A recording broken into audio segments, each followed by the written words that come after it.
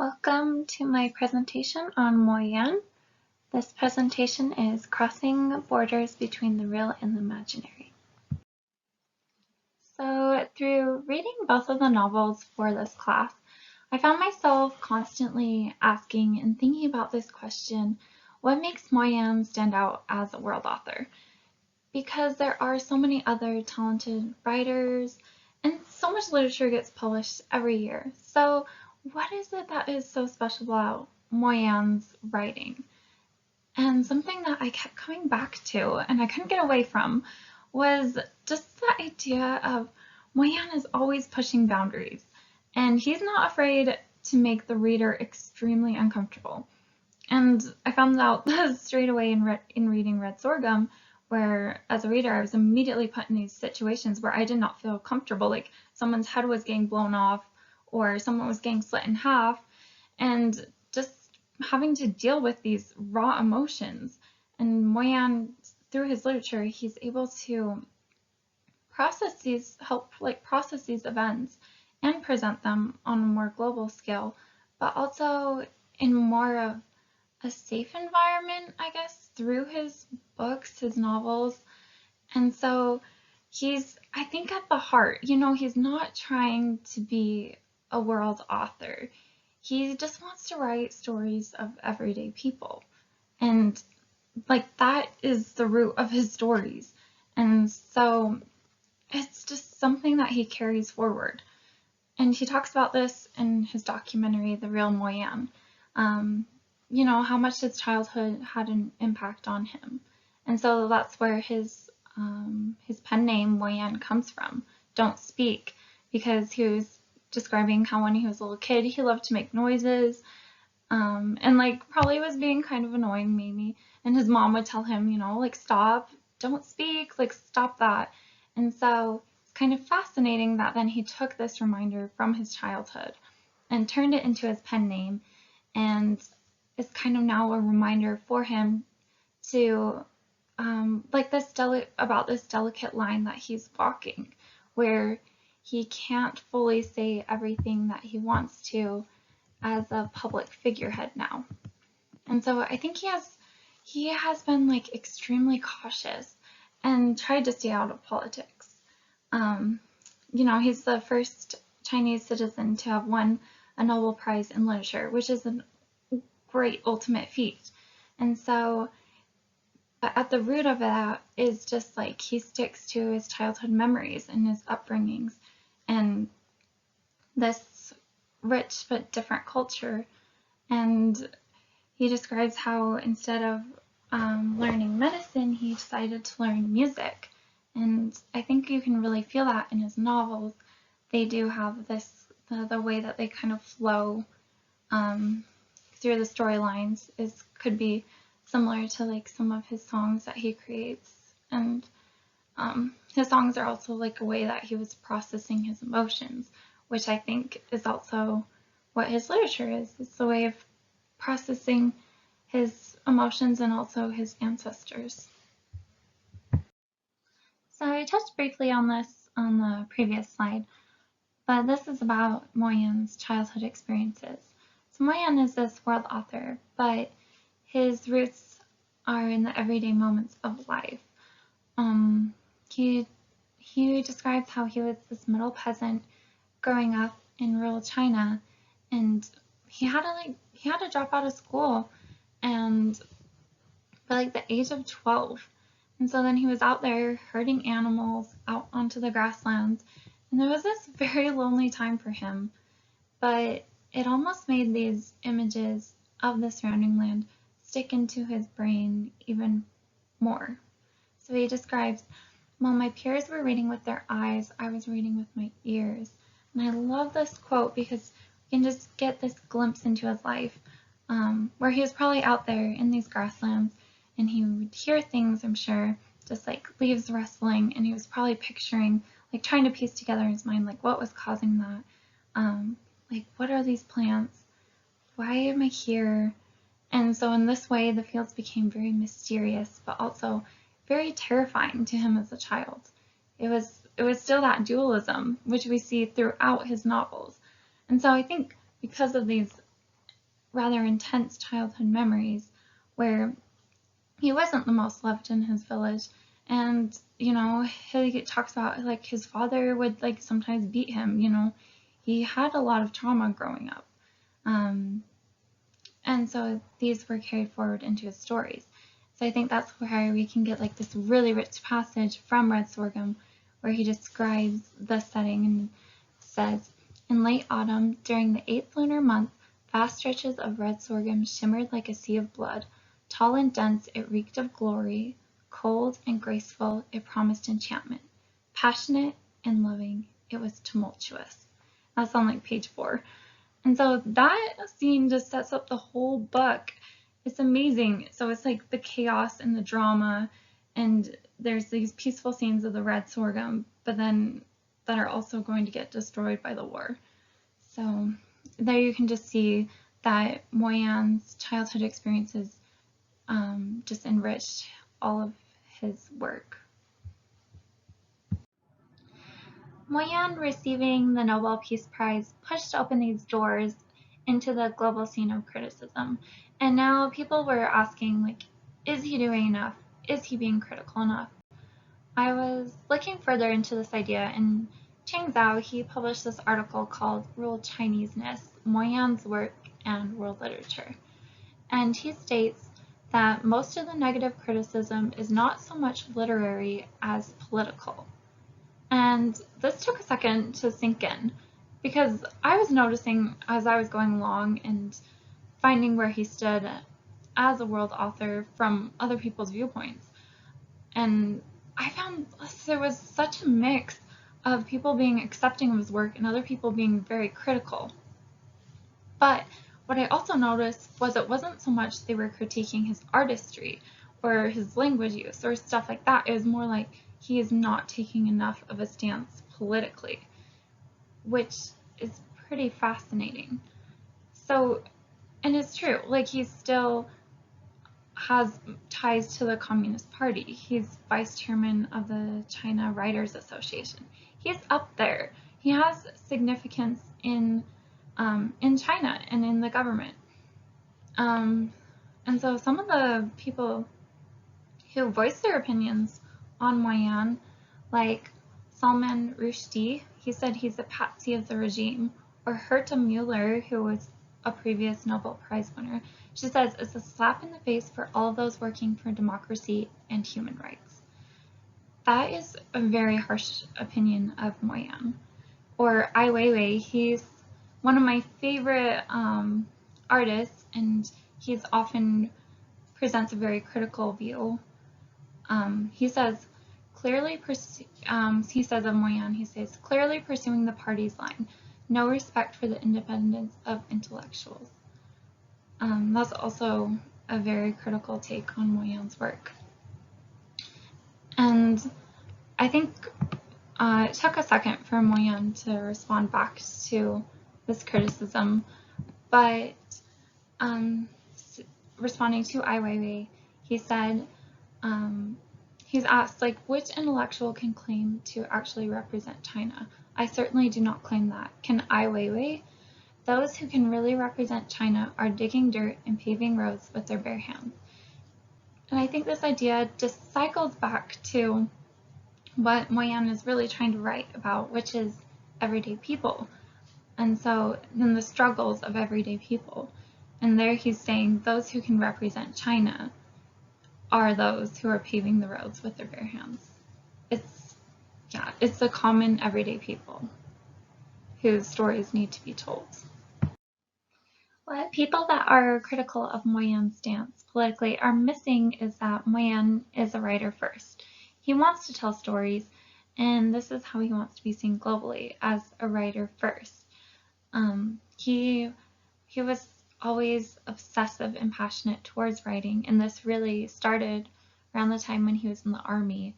And he described in his documentary how he would shade this electric lamp with papers at night, and he got so hungry but he had no extra money for snacks, so he'd sneak down into the kitchen cellar and eat green onions.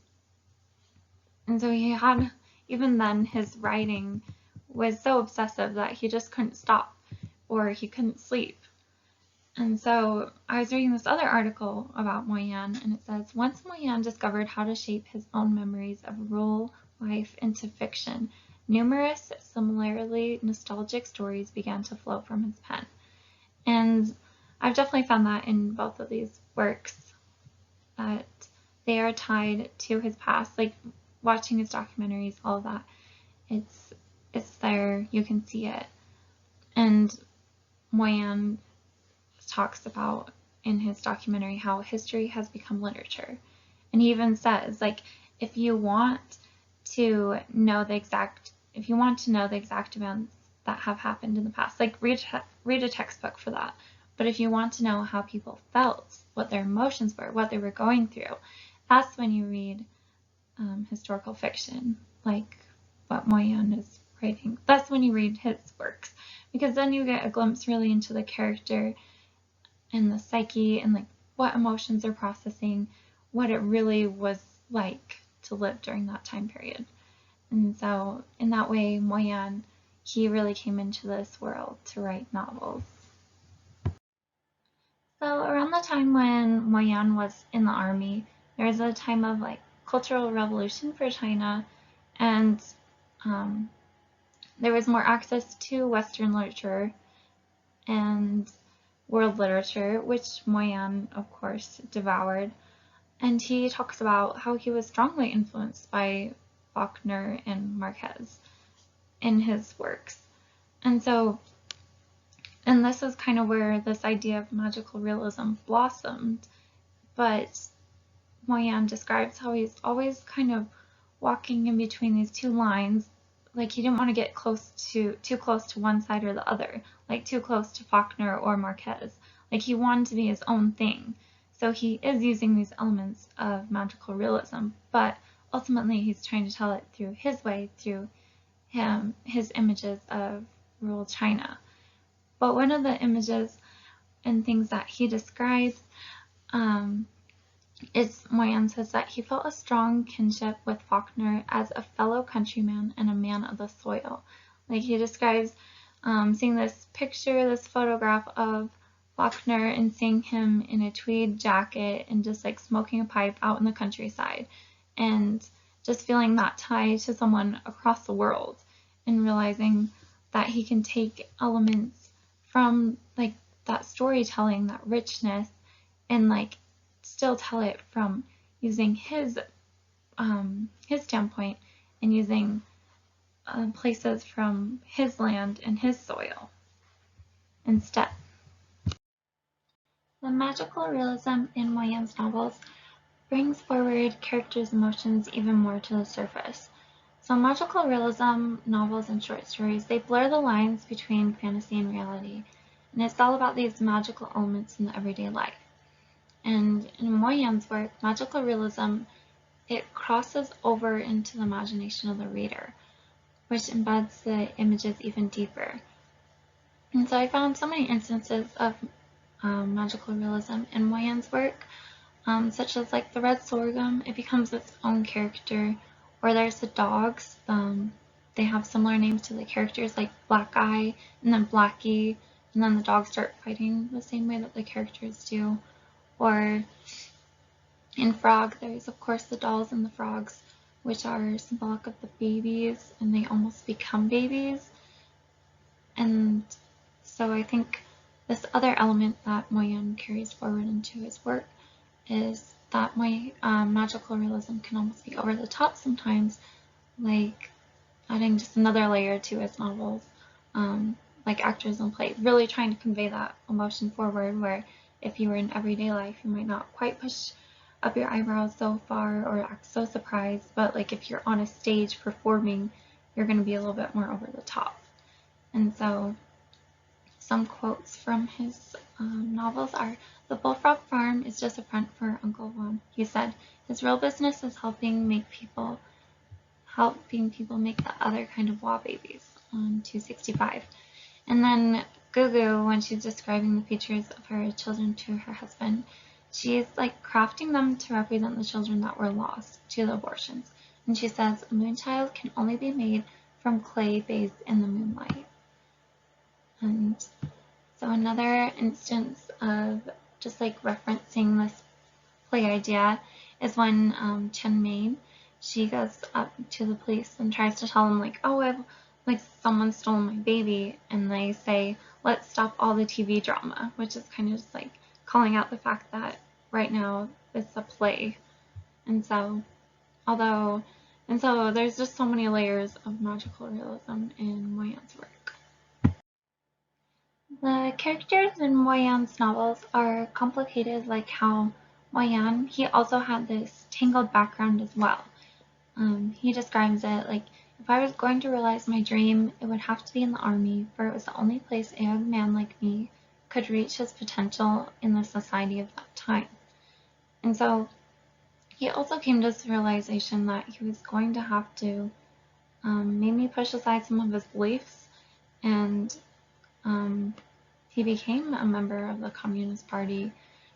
And so I think he also like understands walking that line, which we can see later in the Frog novel, where the main character, like, he makes his wife Renmei, his first wife, have an abortion because he is worried about how he's going to be seen publicly. And so here is kind of rooted back into perhaps Moyan's own experiences. And so often the characters are driven and influenced by political propaganda, which we can see with Gugu in Frog. We can see how much she changed from when she had so much enthusiasm and was just starting out delivering babies to then where she had that scare with her boyfriend who had defected. And then after that, she was deeply traumatized, and then it was like she gave up all of that and just decided to wholeheartedly and blindly follow the Communist Party. And this is another part where Moyan, he kind of displays the consequences of blindly following a party's regime, where it's like they lose their soul, they lose their sense of self, and it's just all about pushing forward the party's ideas. And so it says, this is Gugu, she says this, family planning, controlling our population growth, I'm not afraid to be the villain. Someone has to be. And this is such a strong quote, because I think it shows this glimpse of like just how complicated things can be. Like, you can't just label someone necessarily good or evil. I think that, like normal everyday people, the characters in Moyan's work have bits and pieces, like they have good and bad traits, and it becomes harder and harder to say that person's good, that person's evil. And in that way, he's really able to cross these boundaries and also blur the lines at the same time of who is good and who is evil, and just provide more insight into that. So you can see like some of these images like with family planning, and they were everywhere. They were on murals, they were posters, they were presented with these images all the time. And then with the war, and with Sorghum as well, like some of the characters are acting out of violence, and it's just kind of like this cycle of pain and hate, and yeah, and the characters that are complicated as well as being loving and also really hateful towards each other. At the forefront, Moyan is using his stance as a world author to process pain from the policies inflicted on everyday people to the past traumas of his ancestors. So Moyan, he writes, from a young age, I saw what it was like to hit rock bottom. We felt hungry all the time. He was there. He grew up right there during like this time of intense famine. He describes how there really wasn't much food, so they had to eat this like vegetable mush, and that was basically weeds. And he says that even a pig wouldn't eat that, and it was like prickly in his throat, and there wasn't enough food, and there was very limited clothing or really heating. There was like no firewood or anything, and so he really suffered. He writes, "Whenever I think back to my childhood, I cannot avoid scenes of hunger. They are engraved in my memory." Which then we, of course, get in his novel Frog, where the children are so hungry that they decide to eat coal. And another aspect of this pain in his literature is, of course, the war. And he describes, like, when he was thinking of the novel, he was thinking of Red Sorghum. He was thinking back to his grandparents' era, and he was like, I wonder what effect this would have on their patriotism, which obviously we can see with, like, the granddad. It just, like, further heightened his patriotism to the point where he was just almost, like, blindly marching along, even though he was losing people left and right. And I think we can also see a generational difference as well. So a quote from this: "Dad," father screamed, grabbing Granddad's arm with both hands. "Dad, don't kill him." So this was a Japanese soldier, and the father could see, like, this was just all senseless, and that both sides were just killing each other, and it was like pointless to him. But Granddad, who saw him as an enemy, was like, no, like, we've got to kill him. And I think also for the Granddad, it became so that he became so used to it that it wasn't even surprising anymore when he killed anyone, or shocking. And then also with Gugu, I think she performed so many abortions that then it just became commonplace for her as well. She says, "It was also these two ordinary hands that sent thousands of babies straight to hell." So at the end of this novel, she has a lot more regret and remorse about the role that she played. And then kind of like tying these two novels together is the grandson in Red Sorghum. He says, "The ghosts of my family are sending me a message to point the way out of this labyrinth." And so that's kind of what his novels are about. It's a way of processing the pain, all of these experiences, and it's a way of, like, moving forward past that and realizing, like, maybe history doesn't have to repeat itself. One of the refreshing aspects of Moynihan's literature is how he presents really strong female characters. So I think he's able to use his position as a world author to really be critical of his country's past views on women and male roles. And so some of the really strong characters he brings forward are like Grandma and Red Sorghum, or Gugu, Chinmay, Renmei, Little Lion. They're all, I feel like they all have a deep sense of who they are as characters. And they're not afraid to act out against some of the male characters' viewpoints. So Moynihan, he really pushes back on what was expected from women during these periods in his novels. It's like Grandma, like, she's in charge of, like, her own business, like winemaking and everything, and she gets to own property in a time when that wasn't really allowed. And then with Gugu, she's always pushing back. Like, she wants to be a midwife, so she's a career woman when in a time when that typically wasn't allowed. And she has a very feminist perspective as well, as saying, no, women and men need to be treated as equal. So she was saying of one of her clients, his head was filled with feudal ideas like favoring boys over girls. And I know that she says that, isn't it strange to go see how men can pull a long face when a woman gives birth to a baby girl, but grin happily if a cow does the same thing.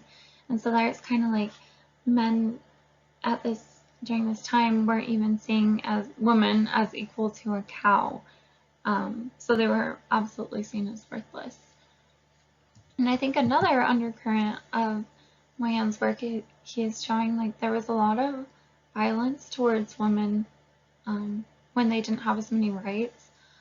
You can see this in Frog as well, when he even describes his talking about his wife, Ren Mei. He says, "Damn that bitch, she needs a serious beating," which, I don't know, you should never ever say that about your spouse, ever.